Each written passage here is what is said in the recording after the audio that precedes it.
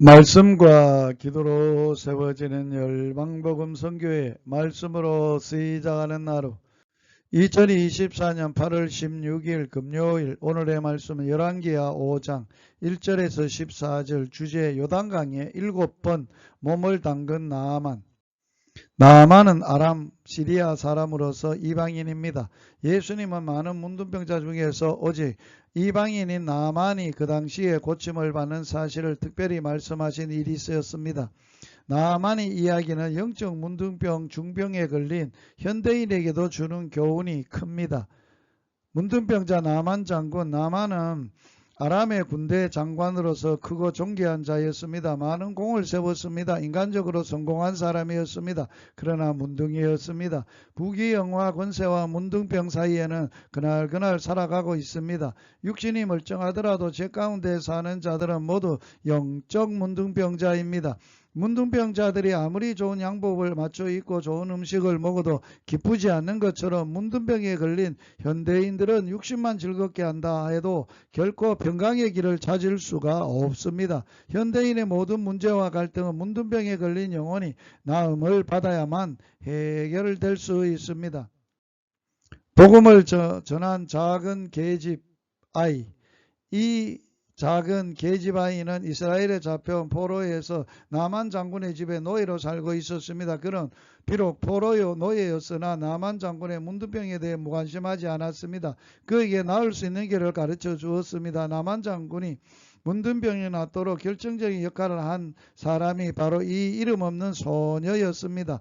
복음의 역사에는 이름도 없는 이들의 섬김이 있었습니다. 당신이 전한 복음을 듣고 모세와 같은 지도자 또는 바울이나 베드로 같은 사도들이 나타날 수도 있습니다.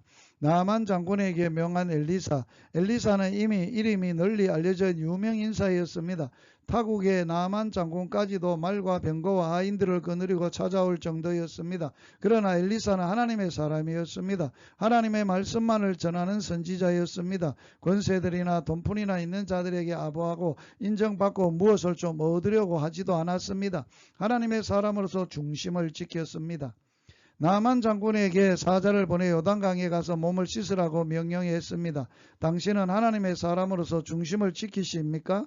권세자들 앞에 비굴해집니까? 문둥병 깨끗이 난 나아만 장군은 일국의 군대 장관의 위대한 사람 엘리사의 선지자의 위대한 사람의 대접을 받지 못하자 화가 났습니다. 엘리사 선지자는 나아만을 직접 만나주지도 않았을 뿐만 아니라 다른 사람을 시켜 요단강 물에 가서 7번을 몸을 씻으라는 괴괴한 명령만 내린 것입니다. 위대한 장군으로서 대접받으며 거룩한 종교의식을 행하여지는 가운데 치료받을 것으로 기대했던 나아만은 자존심이 상해 불쾌했습니다. 하나님의 은혜를 잊기 위해 어떤 사람은 재물을 포기해야 합니다. 어떤 사람은 가족들과 원수가 되어야 합니다. 각자 우상들을 제거해야 합니다. 나아만은 그의 자존심과 교만을 꺾어야만 했습니다. 나아만은 주위 사람들의 권유를 받아들이고 그로서는 차마 하기 힘든 일을 했습니다. 인간은 너무 교만해서 하나님의 구원의 은혜가 너무 단순하다고 받아들이지도 않습니다.